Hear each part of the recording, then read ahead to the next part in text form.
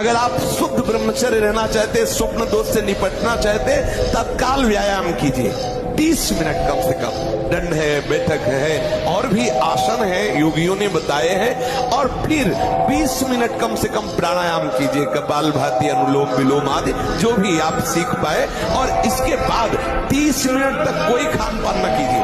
प्राणायाम व्यायाम के 30 मिनट तक ना आप चाय पीजिए ना पानी। चाय तो बड़े बूढ़ों की बात है, आपका शरीर रोगी हो तो चाय की जरूरत क्या है। ब्रह्मचारी अपने आप में इतना चाय होता है कि उसे जरूरत ही नहीं दूसरे किसी गर्म पदार्थ पाने की। बैठकर रोटी दाल भर पेट चाय पा लीजिए, या आपकी इच्छा है तो 2 रोटी ले लीजिए। और ऐसी प्रार्थना कर देनी चाहिए।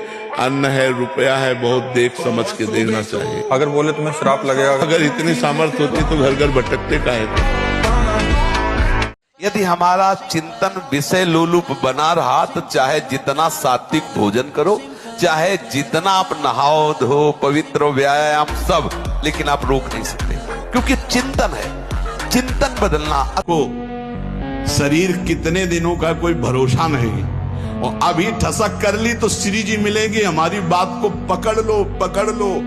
हम श्री जी के थे, श्री जी के हैं, श्री जी के रहेंगे। भूल के जगत को अपना मान लिया, बस यही भूल मिटाने के लिए हमको श्री जी के लिए साधना की जरूरत नहीं। तो साधना क्यों बताते हो? असाधन न करो, इसलिए असाधन से हटने के लिए साधना है। अगर वो भी नहीं कर पा रहे हो तो वहीं पड़े पड़े पुकारो, जहां हो वहीं से उठा लिए जाओगे। बॉडी बनाई कि बिगाड़ दी, आप विचार करो। बॉडी बनाने के लिए ये दवाइयों की जरूरत नहीं, ब्रह्मचर्य की जरूरत है। दंड बैठक मारो, ब्रह्मचर्य रहो, 2-4 किलोमीटर दौड़ो, पवित्र भोजन पाओ, मुर्गा मुर्गी नहीं, पवित्र भोजन पाओ। फिर आप देखो आपके शरीर में कैसा बल आता है, उत्साह आता है। तो ये जिनको भ्रम है कि हम बॉडी बना के फुला करके कुछ बलवान बन जाएंगे, बिल्कुल नहीं। ब्रह्मचर्य से रहो, सात्विक भोजन पाओ, कुछ व्यायाम करो, आपके अंदर पर्याप्त बल आ जाएगा। अरे भैया अभी देख, वर्तमान में राधा राधा बोल, राधा राधा, कृष्ण कृष्ण बोल, हरि हरि बोल, जीवन सार्थक हो जाएगा। नहीं मरना तो है ही रे, मरोगे नहीं क्या? तो फिर राधा राधा राधा, यही पर लोग सकल सुख पावत मेरी सो भैया कृष्ण गुण संत। भगवान से चित्त जोड़ने पर जो आनंद प्राप्त होता है, उसी आनंद के बल से तो इस माया पर विजय प्राप्त की जा सकती है। पूर्ण भरोसा रखो प्रभु पर, हमारा मंगल कोई रोक नहीं सकता। न काम, न क्रोध, न लोभ, न मोह, न मद, न मत्सर। क्यों? शांत कर दो प्यारे, आपके ही हाथ में डोर है। भगवान के भरोसे में एक एक कदम आंख मूंद के डालो। लोग कहते हैं आंख खोल के डालो, हम कहते हैं भरोसे पे आंख मूंद के डालो। नीचे कांटा होगा ना, सूल होगा ना, वो फूल बन जाएगा। और अहंकार से डालोगे कि हम फूल में डाल रहे हैं तो सूल बन जाएगा।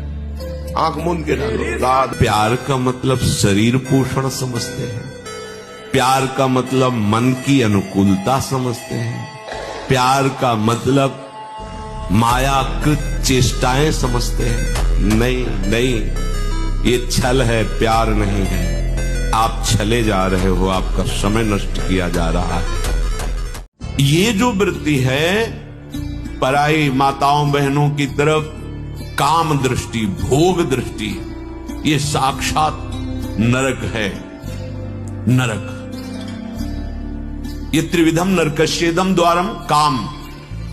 अरे अगर तुम्हारी बहन तुम्हारे पास है तो तुम किस दृष्टि से देखते हो? तुम्हारी माँ तुम्हारे पास है तो किस दृष्टि से देखते हो? तुम्हारी बेटी तुम्हारे पास है, किस दृष्टि से देखते हो? वो भी किसी की माँ बहन बेटी है। क्या सब के लिए तुम्हारे छूट है कि तुम भोग दृष्टि से देखो? दुर्गति हो जाएगी।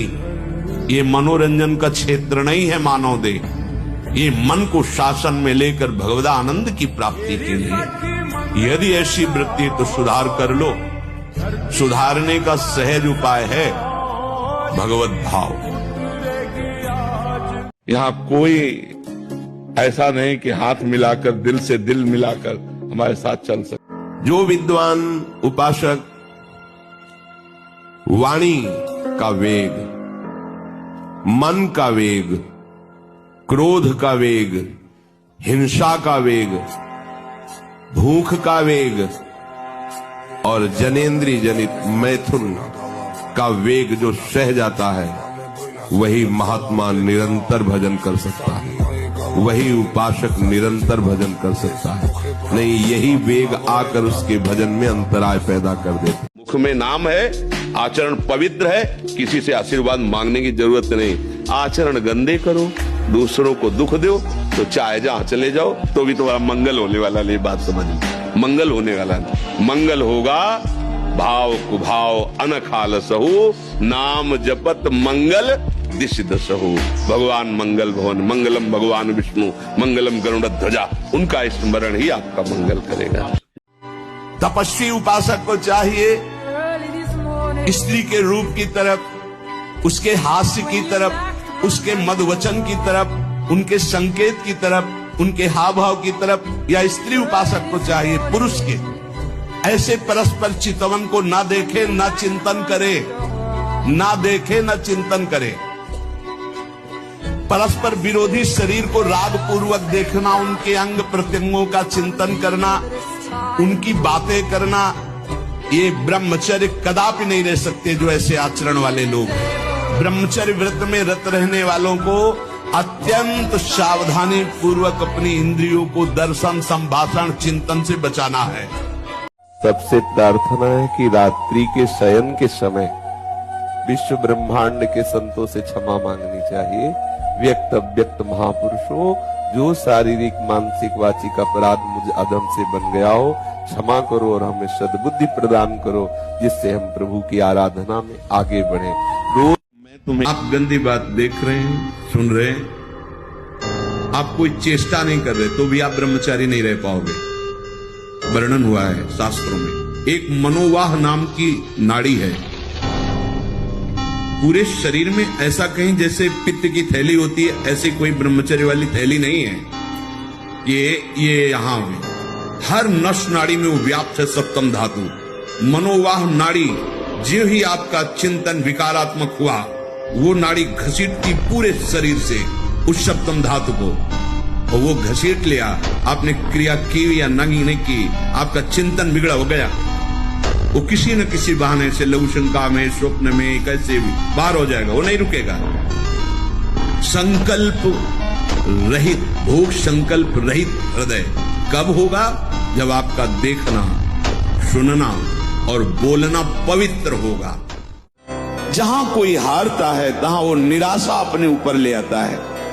नहीं, जो उत्साह संपन्न है, जो विवेकवान है, वो देखते हैं कि मैं कहां से हारा, कौन सा वो बिंदु है जहां मैंने चूक कर गया।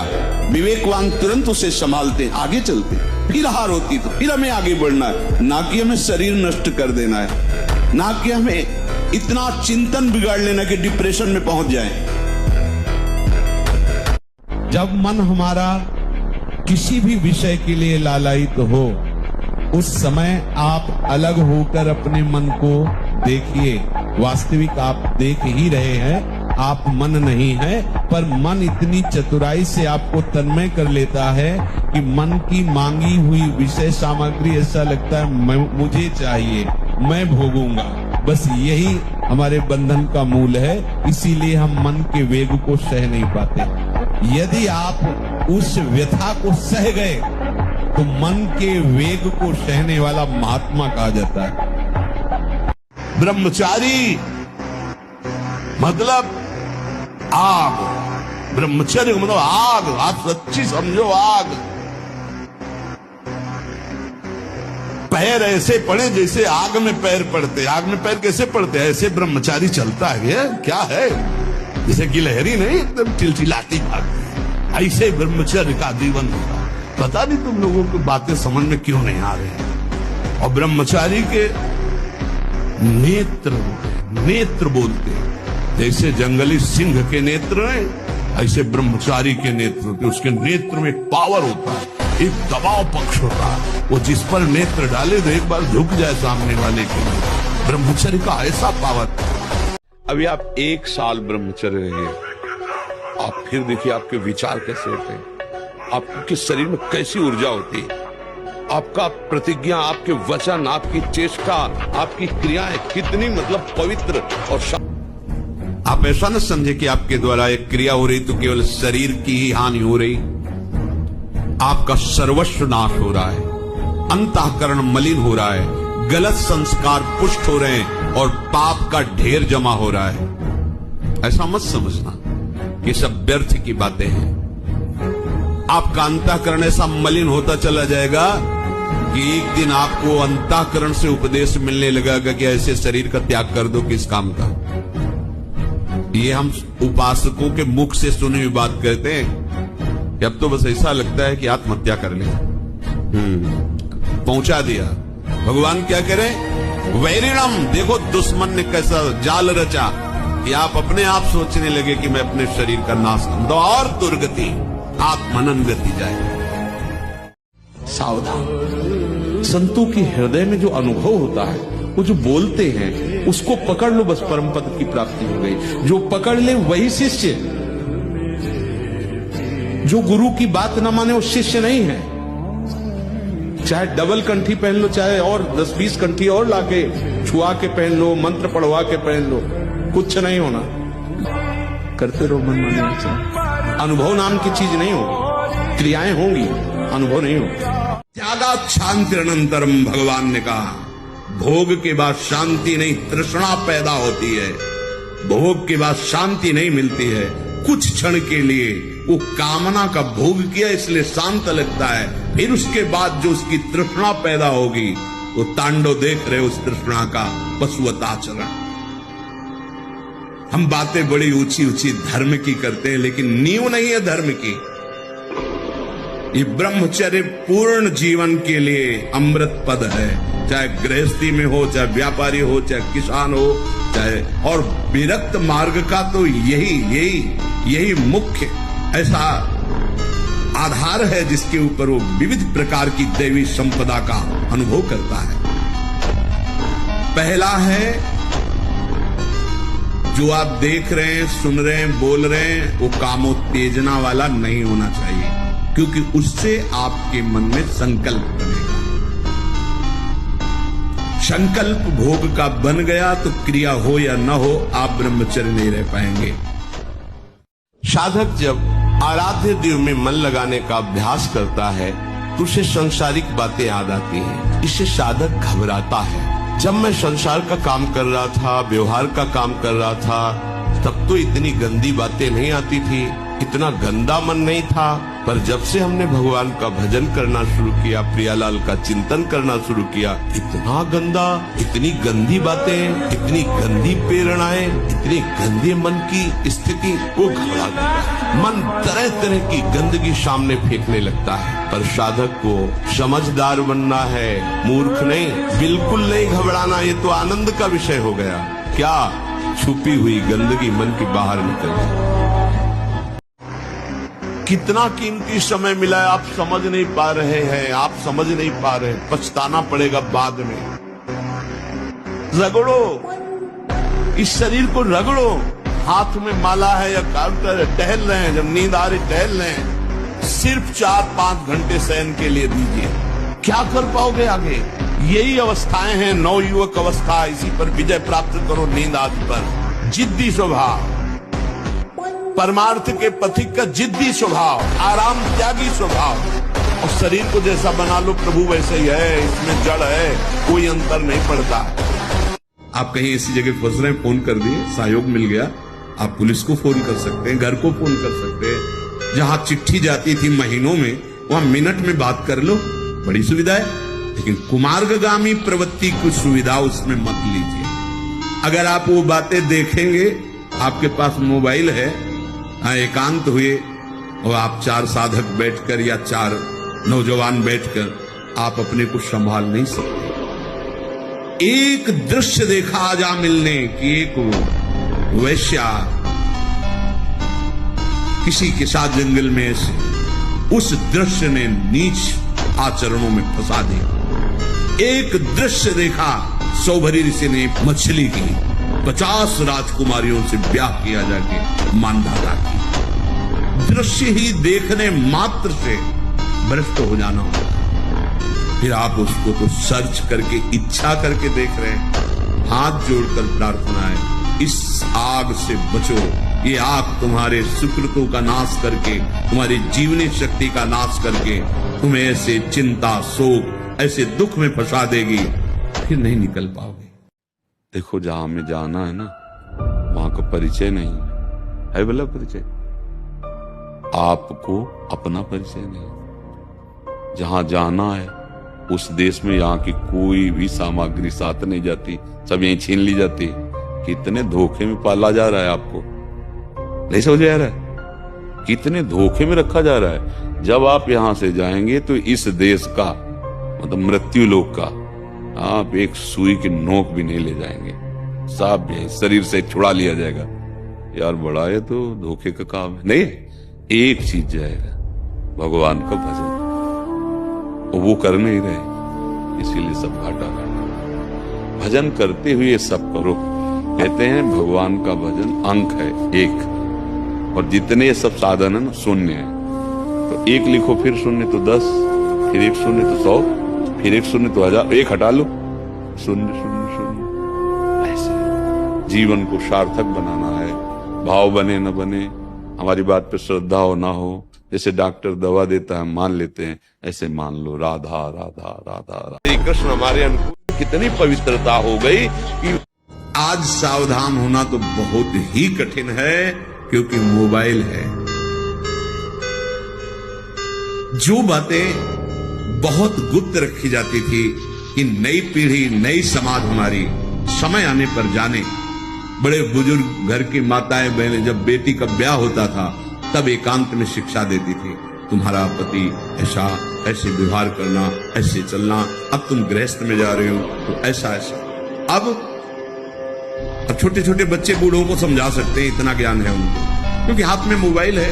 गूगल में सर्च करो, यूट्यूब में सर्च करो, आपको सब शिक्षाएं मिल जाएंगी, जिस मार्ग की चाहे, अध्यात्म मार्ग की या कुमार्ग की, सब भरी हुई है। और प्रायः कोई बिरला ही होगा जो मोबाइल रहित हो। जैसे भगवान सर्वत्र विराजमान है, ऐसे माया ने सर्वत्र रचना कर दी मोबाइल की। हर चीज में कुछ गुण है, कुछ दोष है। अगर मोबाइल रखो तो गुण ग्रहण करो, बहुत आवश्यक है। ठीक है, आपका भजन ठीक चल रहा है, आपकी साधना ठीक चल रही, तो ये 10 लक्षण प्रकट होने चाहिए उसके जीवन में। कोई कितना भी गुस्सा दिलाए तुम्हें गुस्सा ना आए, तो समझना अब हमारा परमार्थ पर पुष्ट हो रहा है, हमारा भजन ठीक चल रहा है। अक्रोध, कोई कितना भी गुस्सा दिलाएंगे, क्योंकि जब पढ़ाई कर रहे हो तो प्रश्न भी आएगा, ऐसे मिलेंगे। बेमतलब गुस्सा करेंगे, बेमतलब, आपकी कोई गलती नहीं, फिर भी आपको धक्का लगाएंगे, आपको गाली देंगे, आपको कहेंगे पाखंडी कहीं का, आपको कहेंगे ऐसा, लेकिन आप क्रोध ना करें। तब आप समझे कि हमारा, और वो बात ऊपर की नहीं, अंदर आपके हृदय में शांति बने, तो समझना आपका भजन ठीक चल रहा है। वैराग्य, वस्तु की उपस्थिति में भी वस्तु के भोगने की लालसा ना होना, वैराग्य। जितेंद्रियता, आपकी कोई भी इंद्रिय आपको परास्त न कर पावे, तो समझना आपका भजन परिपक्व हो रहा है। कोई कितना भी बड़ा अपराध कर दे, तत्काल आप क्षमा कर दे, उसे दंड देने की भावना ना आवे, सब पर दया की भावना रखें। आपके ऐसे आचरण होने चाहिए, सब आपको प्यार करें, ऐसे आपके आचरण होने चाहिए। सर्वप्रियता, निर्लोभता, किसी से कुछ लेने की भावना ना हो। दानशीलता, मन वचन कर्म से दूसरे को देने की भावना हो, सुख देने की भावना हो। किसी से कभी कोई भय ना हो, निर्भयता, और कभी किसी भी परिस्थिति में शोक ना आने पावे।